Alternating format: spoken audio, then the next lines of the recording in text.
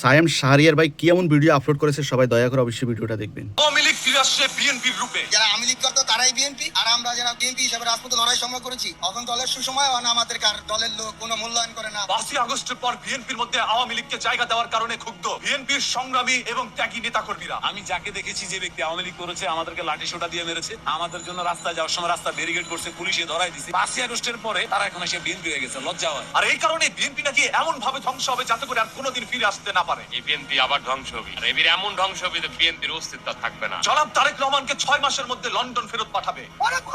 আবার লন্ডন দিয়ে পাঠাবো এই 6 মাসের মধ্যে। সুনীল দল এক সাইড বাইরে থেকে যায়, আবার আরেক সময় এখানে হইছে নাকি? বাংলাদেশে নাকি তেলের পেনিকটা গভর্নমেন্ট নিজেই করেছে। আমাদের যে তেল নিয়ে যে পেনিকটা তৈরি হয়েছে, এটা গভর্নমেন্টই এটা পেনিকটা তৈরি করছে বেশি। নেতাকর্মীরা ফ্যামিলি কার্ড দেওয়ার কথা বলে 5,000 করে টাকা চাচ্ছে। ফ্যামিলি কার্ড হলে 5,000 টাকা চাইছে, সব বড় বড় চাইছে। বর্তমান সরকারকে একজন রিকশাওয়ালাও নাকি মানে না। সরকার রিকশালারও মানে না, এটা কোন সরকার হইলো? 17 বছর তারা খেতে না পেয়ে এখন নাকি তারা ক্ষুধার্ত। 17 বছরের একটা ক্ষুধার্ত বাঘ যদি আপনি রাস্তায় ছাইড়া দেয়, রোজ যদি মনে করেন ঘুম পায়, ঘুষও খায়া পারবে। কৃষক কাঠের কথা বলে নাকি কৃষকদেরকে পিছন দিয়ে বাঁশ দিয়ে দিচ্ছে। কাঠের মধ্যে আমার পেঁয়াজের দাম করাচ্ছে, আর পরে বাঁশ ঢুকে দেওয়ার ব্যবসা নেওয়ার কোনো লাভ আছে নাকি? বর্তমানে নাকি চাঁদাবাজির সিস্টেমও চেঞ্জ হয়ে গিয়েছে। চাঁদাবাজির সিস্টেমও এখন চেঞ্জ হয়ে গেছে ভাই। যদি সবার কাছ থেকে চাঁদা নেওয়া হয় তাহলে এই দেশটা কার? আগে ছিল হাসিনার বাপের দেশ, এখন হয়েছে তারেক রহমানের বাপের দেশ। দেশের মালিক পরিবর্তন হয় কিন্তু দেশ পরিবর্তন হয় না। আগেও আমরা ভাড়াটিয়া ছিলাম, এখনো ভাড়াটিয়াই রয়ে গেলাম। আমাদের ভাগ্য কোনোদিনও পরিবর্তন হবে না। যেই দলটি এখন ক্ষমতায় আসছে তাদের মধ্যে নাকি চিহ্নিত সন্ত্রাসীর সংখ্যাই বেশি। যে দলটা ক্ষমতা আসছে তাদের ছেলে পেলে ভালো না,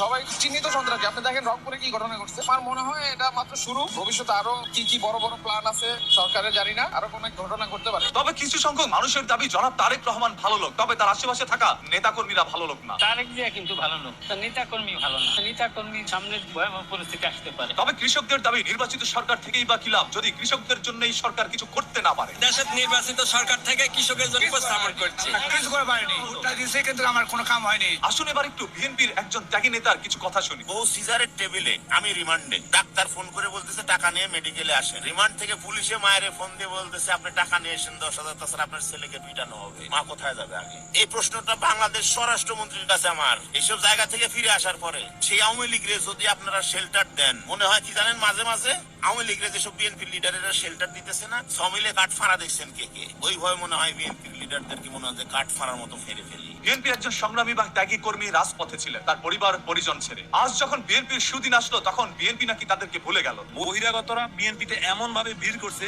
যাদের দেখে আমরা লজ্জা পাই যে আমরা ত্যাগী ছিলাম, মাঠে ছিলাম, এটা বলতে লজ্জা হয়। শিবপলের দিনে নাকি আওয়ামী লীগকে তাদের দলের মধ্যে জায়গা দিয়ে তারা পুনরায় আওয়ামী লীগকে পুনর্বাসন করার চেষ্টা করছে। এটা যদি সংস্কার না করে আমি নিশ্চিতভাবে বলতে পারি আমরা ভয়াবহতার দিকে যাচ্ছি। আমি যে বিএনপি করি এটা বলতে আমার কষ্ট লাগে। এইভাবে একের পর এক বিএনপি থেকে ধসে পড়া ত্যাগী সংগ্রামী রাজপথের নেতাকর্মীরা কথা বলছে। তাদের দাবি যদি বিএনপি এখন তাদের মূল্যায়ন না করে তাহলে একটা সময় এই বিএনপিরও পতন হবে, এমন ভাবে পতন হবে যে বিএনপি আর কোনোদিন এই দেশে ক্ষমতায় আসতে পারবে না, সরকার গঠন করতে পারবে না। আর এবির এমন ধ্বংস হবে যে বিএনপির অস্তিত্ব থাকবে না। কারণ আমার মতন ত্যাগী আহাজারি, আমার মা, আমার বৃদ্ধ মায়ের মতন যারা নির্যাতিত, তারে এই আহাজারি আল্লাহর আরশ কাঁপবে। যে বিএনপির জন্য বছরের পর বছর তারা জেল কেটেছিল, আর আজ সেই সকল নেতাকর্মীকে তারা পাত্তাও দিচ্ছে না। দল থেকে একরকম তাদেরকে দূরে সরিয়ে রাখা হয়েছে। আজ যাদের জন্য মার খেলাম, যাদের জন্য আন্দোলন করলাম, যাদের জন্য সংগ্রাম করলাম, যাদের জন্য পরিবার বউ ছাড়ে মাঠে ঘাটে থাকলাম, সামান্যতম ক্ষমতার লোভে সেই চিরশত্রুর সঙ্গে হাত মিলালাম, দুর্ভাগ্য জাতি।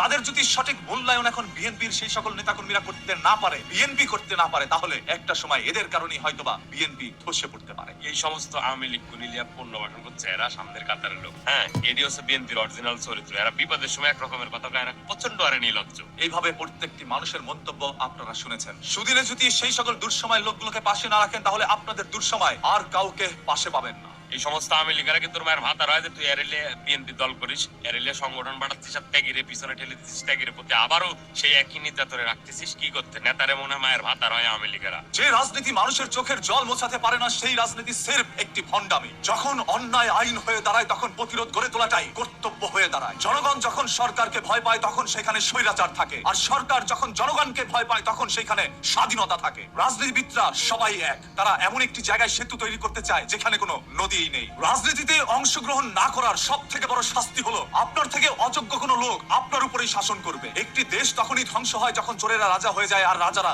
চোর হয়ে যায়। রাজনীতি যখন ব্যবসা হয়ে যায় তখন সাধারণ জনগণ কেবল পণ্য হয়ে যায়। যে রক্তে ঘামে আমরা দেশ করি সেই রক্তেই আবার স্বৈরাচারীদের সিংহাসন ভাসিয়ে দিতে পারি। আমি সেই দিনের অপেক্ষায় আছি যেদিন রাজনীতির চাইতে মানুষের জীবন বেশি মূল্যবান হবে। কি বলবো, বলার মতো কোনো ভাষা নেই। আমরা কি আদৌ কি স্বাধীন? স্বাধীন তারাই যারা একমাত্র ৭১ চেতনার কথা বলতে পারবে আর জমায়েতের বিরোধী কথা বলতে পারবে, একমাত্র তারাই স্বাধীন। আর যারা সত্যিকার অর্থে দেশকে ভালোবাসে, দেশের জন্য কিছু করতে চায়, তারা কখনোই স্বাধীন নয়।